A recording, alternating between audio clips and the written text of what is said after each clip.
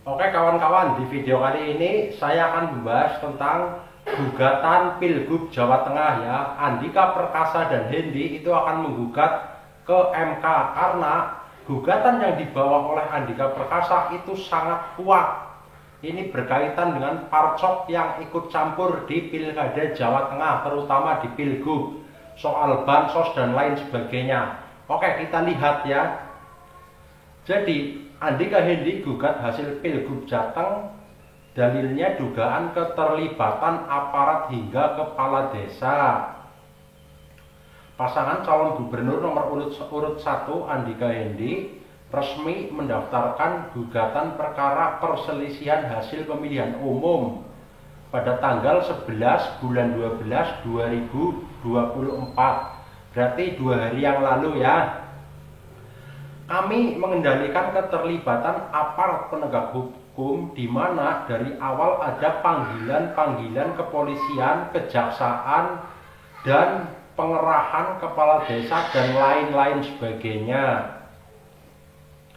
Tim Andika Hendy berharap MK bisa menjadi tempat yang memberikan keadilan dalam gugatan yang dilayangkan soal sengketa kontestasi politik di Jawa Tengah.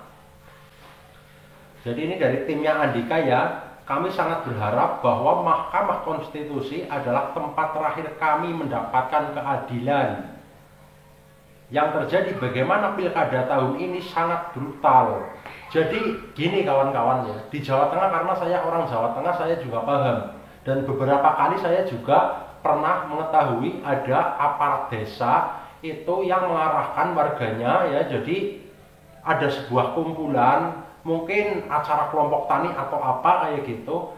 Di situ ada beberapa perangkat desa yang mengarahkan para pesertanya untuk memilih pasangan nomor urut 2 itu dari pedesaan seperti itu. Belum lagi yang dari kepolisian, polisi pun seperti itu mengarahkan ke kepala desa ya di daerahnya untuk memilih pasangan nomor urut 2 kayak gitu. Jadi yang dinamakan parcok itu, partai coklat itu ya memang benar adanya. Misalkan kita ngomong oknum, tapi kan begitu banyak jumlahnya kayak gitu. Jadi ini yang langsung saja, memang di Jawa Tengah itu banyak aparat negara yang tidak netral, yang membantu serta membagi-bagikan bansos untuk warganya dengan arahan supaya memilih paslon tertentu, kira-kira seperti itu. Bahkan ini yang sempat viral beritanya, Prabowo itu ya, presiden kita Prabowo itu menyuruh aparat dari Jakarta Selatan untuk menuju ke Jawa Tengah menyiapkan logistik-logistik yang begitu banyak untuk dibagi-bagikan di warga Jawa Tengah, dan setiap orang yang dikasih bansos dan amplop itu diharuskan untuk memilih pasangan nomor urut 2, kira-kira seperti itu. Pokoknya ya, Bawaslu sendiri juga pernah mendapati, Bawaslu pernah menangkap basah ya, sekumpulan lurah yang digerebek oleh Bawaslu, yaitu sedang mengarahkan rapat untuk kemenangan pasangan nomor urut 2, kira-kira seperti itu. Jadi memang bukti yang dibawa oleh Andika Perkasa ini di MK, buktinya itu betul-betul sangat kuat. Nanti tinggal bagaimana Mahkamah Konstitusi menyikapinya atau memutuskannya, kira-kira seperti itu. Karena saya orang warga Jawa Tengah, saya berharap pada Mahkamah Konstitusi agar berbuat adil, karena Mahkamah Konstitusi adalah tujuan terakhir untuk menengahi pilkada yang amburadul dan brutal, terutama di Jawa Tengah. Oke? Sementara itu, pasangan calon gubernur dan wakil gubernur yang diusung PDIP mulai dari pasangan Andika Perkasa, Hendrar Prihadi, hingga Tri Risma hari ini Gus Hans mengajukan gugatan hasil pilkada Jawa Tengah dan Jawa Timur. Ketua DPP PDIP Ronita Lapesi menyebut permohonan gugatan didasari adanya dugaan keterlibatan aparat penegak hukum di pilkada Jawa Tengah. Sementara di Jawa Timur, tim menemukan hasil suara untuk pasangan Risma Gus Hans hilang di 3.000 lebih TPS di Jawa Timur.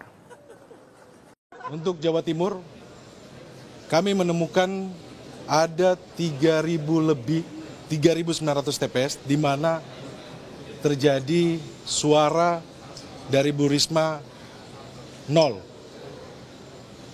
Artinya apa? Artinya tidak ada yang memilih Bu Risma, sedangkan kami punya saksi dan lain-lain. Untuk di Jawa Tengah, kami juga mendalilkan keterlibatan aparat penegak hukum. di mana dari awal ada panggilan-panggilan kepolisian, ada panggilan kejaksaan, dan juga pengerahan kepala desa, dan lain-lain. Ya, Medop dan juga saudara, hingga sore hari ini tidak ada yang berubah sejak pagi tadi. Kalau kita lihat pagi tadi ini daftar permohonan yang masuk ada sebanyak 277 daftar permohonan. Hingga sore hari ini masih sama, di mana yang paling tinggi ini memang adalah daftar permohonan dari tingkat bupati, yakni sebanyak 215 daftar permohonan yang masuk. Lalu kemudian di tingkat wali kota ada sebanyak 47 daftar permohonan, dan untuk tingkat gubernur ada sebanyak 15 daftar permohonan.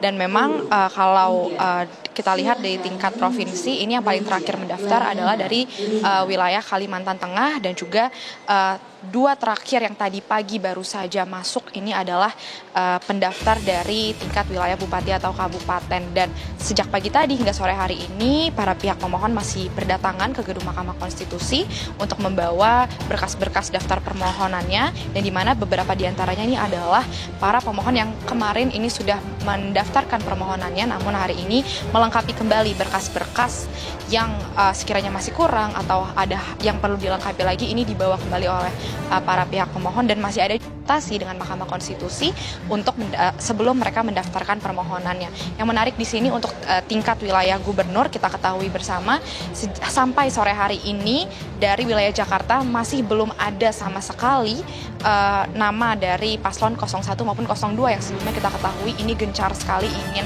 mengajukan gugatannya ke Mahkamah Konstitusi terkait dengan kecurangan ataupun sengketa pilkada yang ada di tahun 2024 ini. Namun kita ketahui tenggat waktu kalau berdasarkan aturan yang ada 3 hari setelah KPU Jakarta menetapkan hasil dari rekapitulasi, seharusnya kemarin malam di pukul 23.59 adalah menjadi waktu terakhir.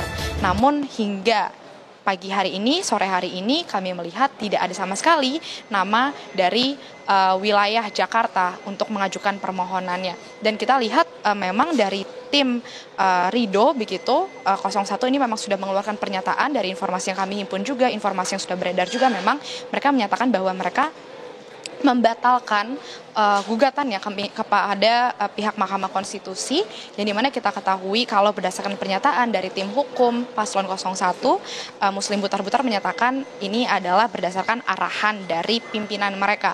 Namun sosok pimpinan yang dimaksud siapa ini yang masih belum kita ketahui, karena dari Muslim sendiri enggan membeberkan siapa sosok pimpinan yang dimaksud. Kami juga berusaha menggali informasi lebih dalam lagi, bertanya kepada tim hukum yang lainnya terkait siapa sosok pimpinan yang sebenarnya memberikan arahan untuk membatalkan gugatannya, karena kita ketahui tim Rido ini sebelumnya memberitahu bahwa buat teman-teman semuanya, bagi yang baru bergabung di channel ini, jika ada kritik dan saran silakan tulis di kolom komentar. Salam 3 jari.